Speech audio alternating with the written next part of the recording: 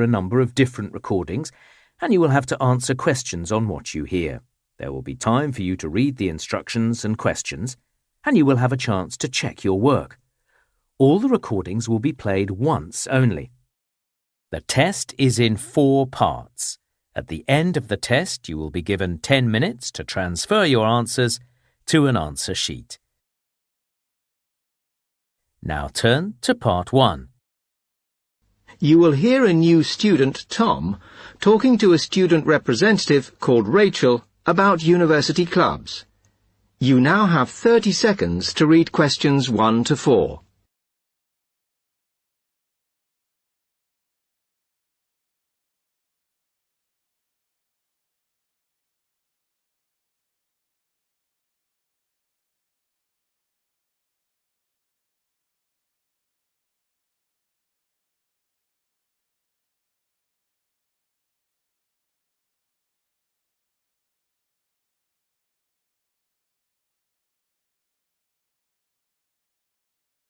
Hi, welcome to Freshers Week.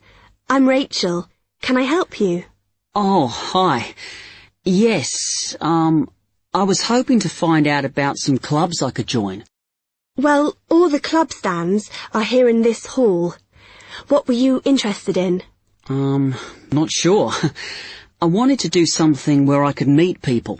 Well, take this leaflet with details of all the clubs and see what you think. Oh. It'll probably depend on what day you're free. Like on Mondays, there's the film club. Then on Tuesdays, you've got the climbing club. That's really good. I'm in that. Then on Wednesdays, you've got chess, if you want something a bit more intellectual. But you should look through carefully because all the clubs run extra activities as well as their normal meetings. Oh, yes, I see. So, it looks like the film club has discussions after the films. I'd quite like to go to those. Then, climbing. Goodness. It says here that the university has its own climbing wall. That's impressive. And they go on weekend trips. Cool. And it says the chess club normally just does games with whoever turns up. But it also runs competitions sometimes. But I bet you've got to be pretty good to do that. Yes, I think so. And how many people are in the clubs? Are they all really full? Well, obviously they're all different. So, for example, the film club has just increased its membership from 85 to 125. But I think they're hoping to extend it to 150. The climbing club's quite small, 40 people. And the chess club is fairly healthy at 55. Right. Okay. So, who do I see if I want to join these clubs? Well, if you go round the stands and speak to the people there, for the film club, that's the events organiser. For climbing, you'll need the club secretary, and the chess club is organised by one of the maths tutors. Okay? Yep. I think I'll start with the climbing club. It sounds good. Oh, well, as I said, I'm in that, so I might be able to help you a bit. You now have 30 seconds to read questions 5 to 10.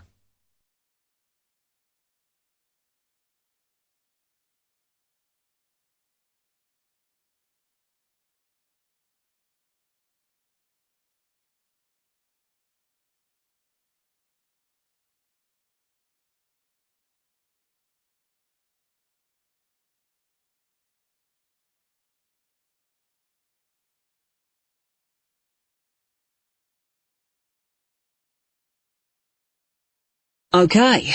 It says in the leaflet that they get together twice a month. Is that right? Yes. Oh, you must join. It's really good fun. We go away quite a bit to North Wales, and every year we have a special excursion, usually to France, which is where we're going this year in the spring. The weather's too unpredictable in the autumn. Wow, that sounds good. But it must cost a lot. Yeah, but we try and save up for it through subscriptions. So rather than having a huge sum to pay in the month we go, we collect those weekly, so it spreads it out. Good idea. I think I'll definitely join. There are quite good benefits you get from joining. I mean, you need that, don't you? And the university clubs normally try and do deals with local businesses, so it's really worth joining. Like in the climbing club, they've got a special arrangement with one of the shops in town. So if you show your card, you can get money off equipment. Don't think the discount extends to clothes, though. That's really worth it, then. I'll go over and talk to them now. OK. Hope you do join. Oh, and another thing I meant to say. If you do become a member, you automatically receive a magazine once a year. It's quite useful and interesting, because it goes out to all the national climbing clubs. And the other thing is, if you come to every session, then you can get a complimentary ticket to the big exhibition that's held in Cardiff every year. So, hope to see you. Yeah, well, thanks a lot for your help.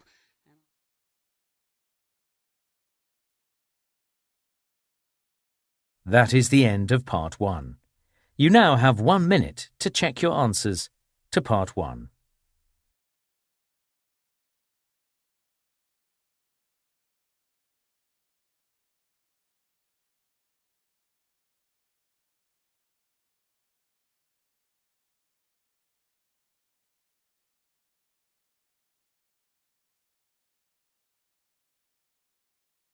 Part 2. You will hear an accommodation officer telling students about different halls of residence.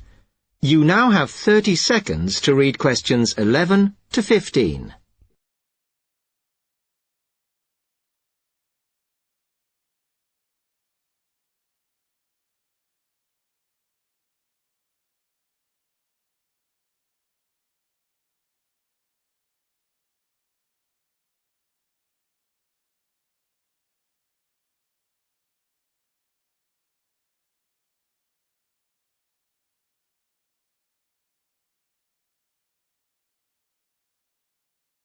Good afternoon, and welcome to Stanton University.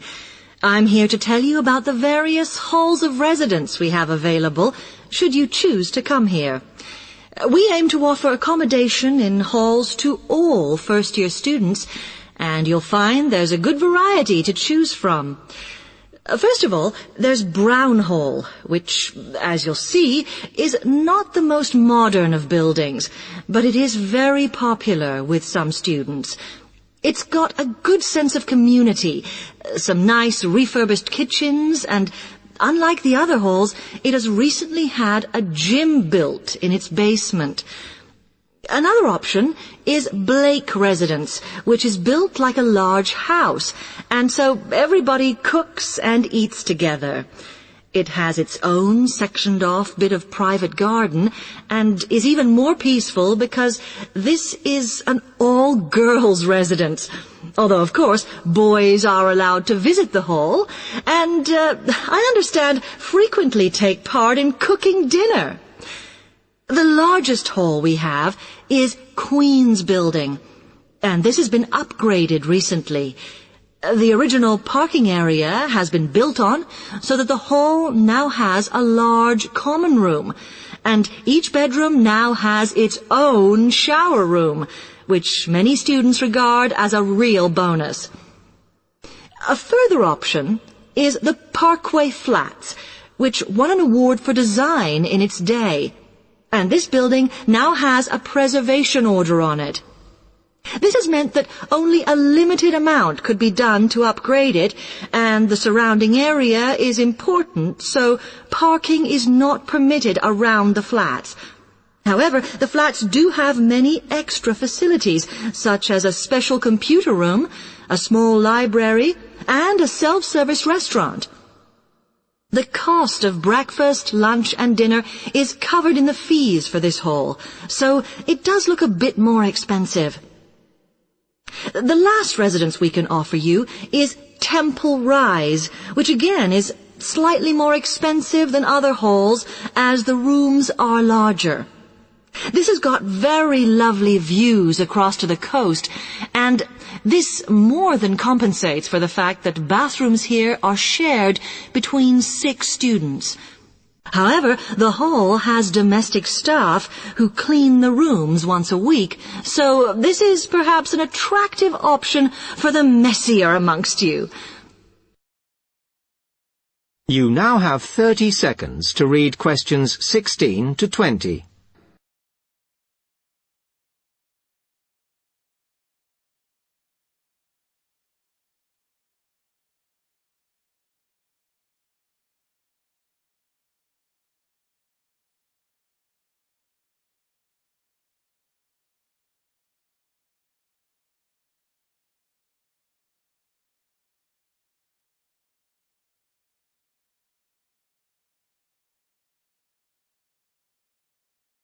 Now, if I can just show on this wall map here where they all are, you might like to go and have a look round.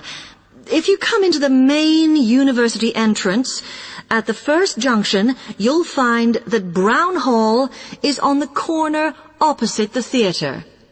So you're nice and near the station here, though I think it can get a bit noisy with traffic. The same applies to Blake Residence, which is directly facing the junction to the university entrance. These halls are often used by medical students and such like, as they're out all day, so don't notice the noise. Anyway, if you then walk along Campus Road towards the main circle, you'll see the library on the corner, and Queen's Building is just past that as you head north. You will find that it is quieter here, and you may get fewer visitors.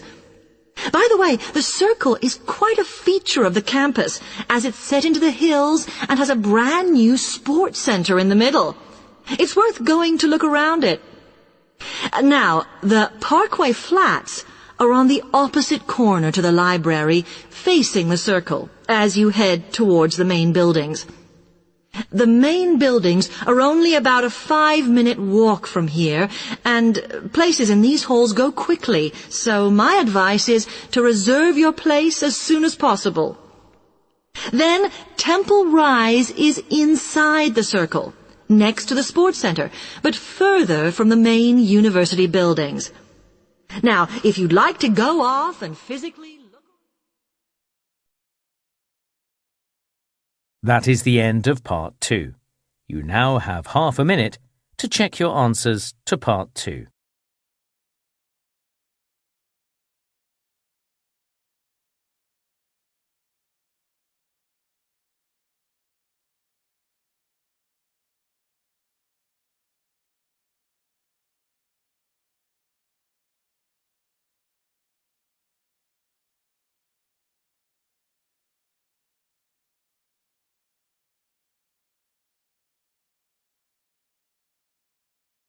Part 3. You will hear two students, Jenna and Marco, discussing a business studies project they have to do. You now have 15 seconds to read questions 21 to 24.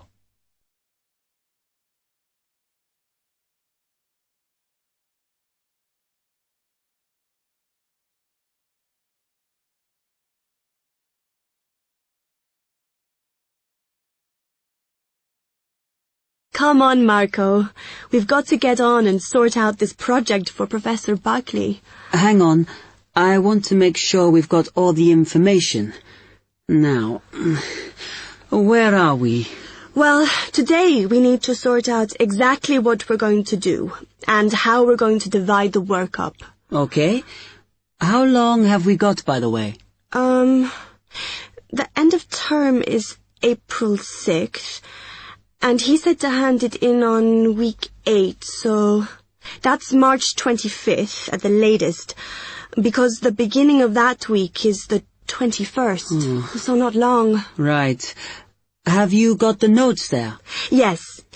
He wants us to do a fairly small-scale study, like the last one, on whether or not businesses were offering more benefits to staff. And we've now got to look at the rise in older workers. It should be fairly straightforward. Yeah, as long as we keep it small. Who's marking it? I don't know. Sometimes he gets the PhD students to mark it for him. Oh, Actually, it just says here, a senior lecturer. I suppose it's too much for Professor Barkley to do them all. Yeah. Anyway, how are we going to go about this? Well, we have to decide how big we want it to be and who... Yeah, but I think we must sort out a timetable for the project. Otherwise, nothing will get done. Okay. Do you want to do that? All right. I'll do it as soon as we finish here. You now have 15 seconds to read questions 25 to 27.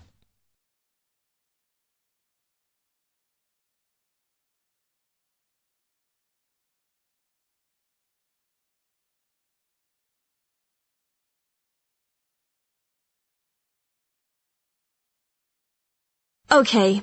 What do we have to do now for the project? What's the best way to go about it?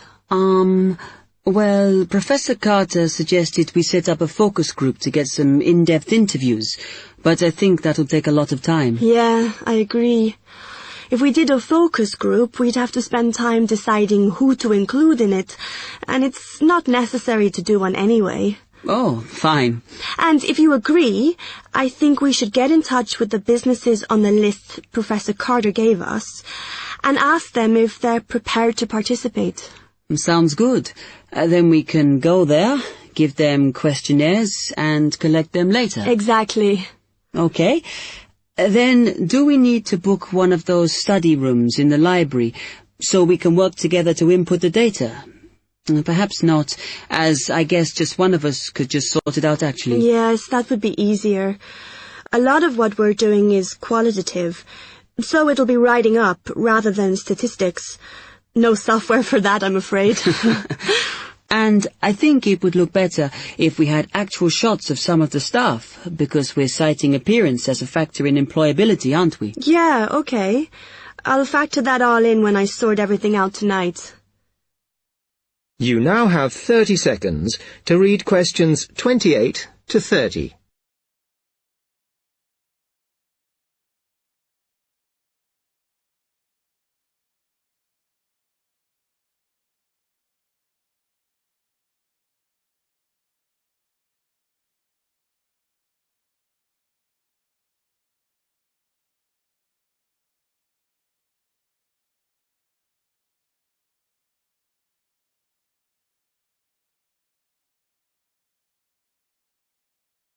I'm glad we decided to work together.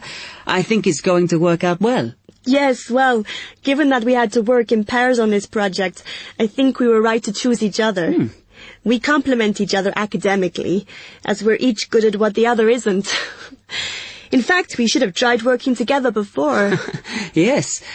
Now, how shall we split the work? I'll do the analysis, shall I? Oh, okay. It's just that it might be faster, because I'm used to doing it. Although your English is better than mine. I need more practice at reading, really. Okay, I'll do the presentation then, if that's okay with you. Yeah, sure. I don't mind speaking in public, but I hate preparing all the notes for them.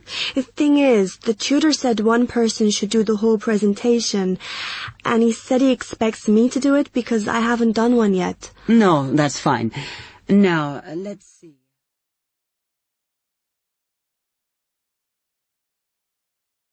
That is the end of Part 3. You now have half a minute to check your answers to Part 3.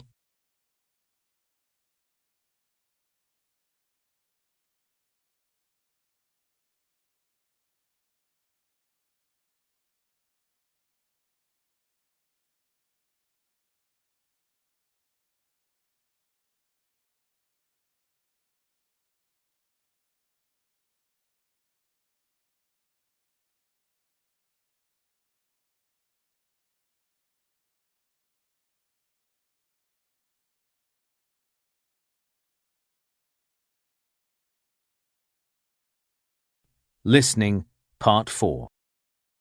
You will hear a media studies tutor giving a lecture about news sources. You now have 30 seconds to read questions 31 to 35.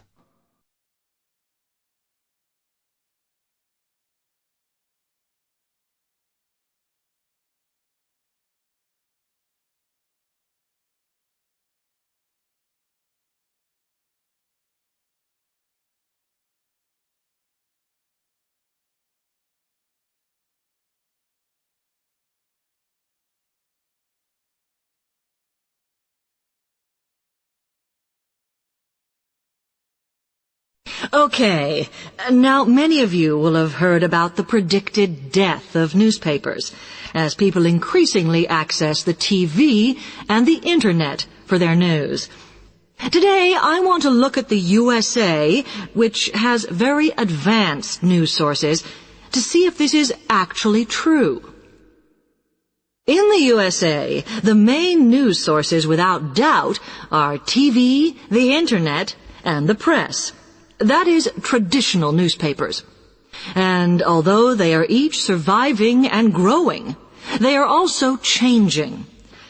Obviously, TV news has been around for a while, and the early evening bulletins, when people get in from work, are very popular. I suppose we traditionally think of the morning newspaper arriving on our doorstep with the daily news. Interestingly, this is not borne out by the statistics, which show that readership in the U.S. is much higher when people have time to relax, when they're not working, especially on Sundays. The Internet is also a popular weekend activity, but shows no variation with weekday access. So people are using the different sources in different ways. Interestingly, local radio has been hit less by the grip of quite strong local newspapers than by the Internet, which is seen to offer a better regional service. But just because the Internet is seen as the new force in news media does not mean it is dominant. Television has, of course, been global for a while.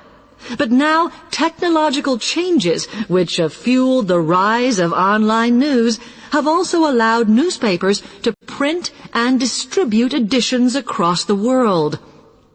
In fact, Internet news, which is seen as the big competitor for traditional markets, does not offer that much variety. Often, the sources are the online versions of the newspapers, whereas television, in order to offer something different, has had to come up with a much more mixed bag of reporting, from hard news to light reports on celebrity events. Another issue is reliability. The Internet is virtually unregulated, so anything can be reported there, whether true or not. Journalists on newspapers have fought a long, hard battle to fight intervention and to retain the freedom of the press. Television, however, is seen as critical to political power and has become subject to harsh controls about what it can or cannot say.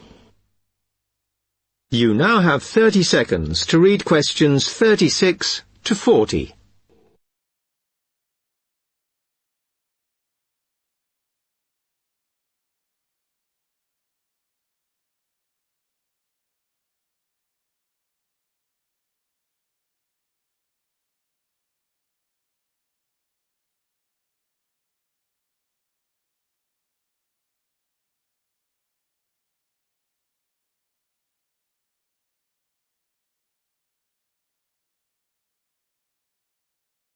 Now, one very critical factor in keeping newspapers alive and well in the USA has been their approach to advertising. Obviously, newspapers are heavily dependent on advertising revenue, and they have become more and more imaginative in what they offer, in order to make sure that advertisers use them and not other news sources. This has meant that, contrary to popular belief, newspapers now have a significantly higher profit margin than the rest of American industry. So, how have they managed to raise advertising revenue in this way? Well, they have put a lot of effort into developing and maintaining a very strong association with the retail trade. And they've come up with a winner.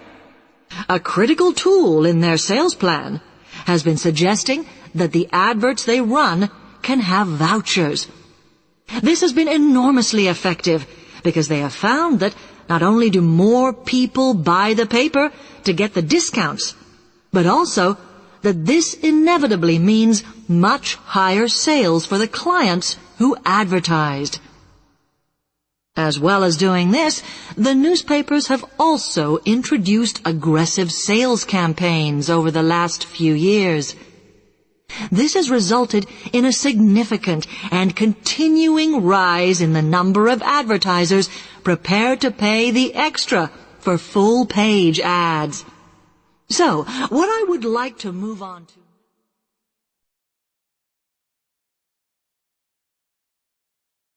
That is the end of Part 4. You now have 1 minute to check your answers to Part 4.